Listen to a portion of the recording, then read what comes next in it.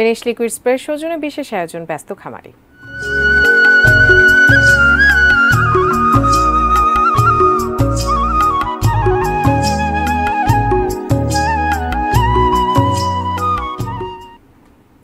চাঁদপুরে জমতে শুরু করেছে কোরবানির পশুর হাট। কোনো খামারিরা ব্যস্ত গরু হাটে তোলা নিয়ে, কেউ আবার চেষ্টা করছেন খামার থেকেই গরু বিক্রির। গোখাদ্যের চড়া দামের বাজারে শেষ সময় কোরবানির গরুর দাম কেমন উঠে সেদিকেই তাকিয়ে আছেন তারা।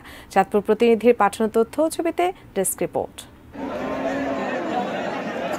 ছোট বড় অসংখ্য গরু, ক্রেতা বিক্রেতার হাঁক ডাকে মুখর চাঁদপুরের প্রায় ১৯০টি কোরবানির হাট। তবে এখনো গরু বিক্রি হচ্ছে না তেমন একটা।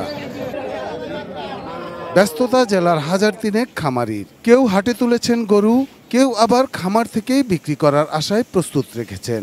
খামারিরা বলছেন ফিড বা কেমিক্যাল ছাড়া ঘাস ও নিজেদের তৈরি খাবারেই গরু মোটাতাজা করেছেন তারা। বাইরের কোনো খাবার খাবাই না, কোনো ঠিক মতনে আমরা পরিচালনা করি। ভুসি দিছি, মসুর দিছি, ভুট্টো দিছি, বেশি করে গোসল দিতে হয়, নালে গরমে স্টক করে। সীমান্ত দিয়ে অবৈধ পথে আসা গরু হাটে ওঠা নিয়ে শঙ্কা থাকলেও শেষ সময়ে বেচা বিক্রি বাড়বে বলে আশা খামারিদের। অনেক টাকা ব্যয় করি খাদ্যর দিকে বা বিভিন্ন রাখাল স্টাফ নিয়ে, কিন্তু আমরা সেই অনুযায়ী মার্কেটে গরুর দাম পাই না। কোরবানির সময় যখন আমাদের সবচেয়ে বড় আশা ভরসা থাকে, তখন আমরা কিছুটা হোঁচট খাই। যদি বর্ডার বন্ধ থাকে তাহলে আমরা ভালো কিছু আশা করি। প্রাণী সম্পদ অফিস জানায় জেলায় কোরবানির পশুর চাহিদা ৭৮,০০০-এর বেশি, তবে উৎপাদন প্রায় ৬১,০০০।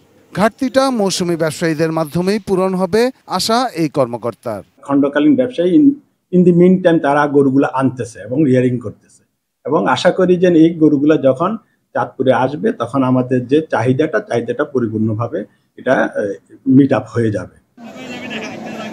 Shahidul Rana, desk report, ATN news. Finish আসলে একটা জিনিস, সস্তায় বস্তাপতা জিনিস, স্পার্টা চিনে ফিনিশ।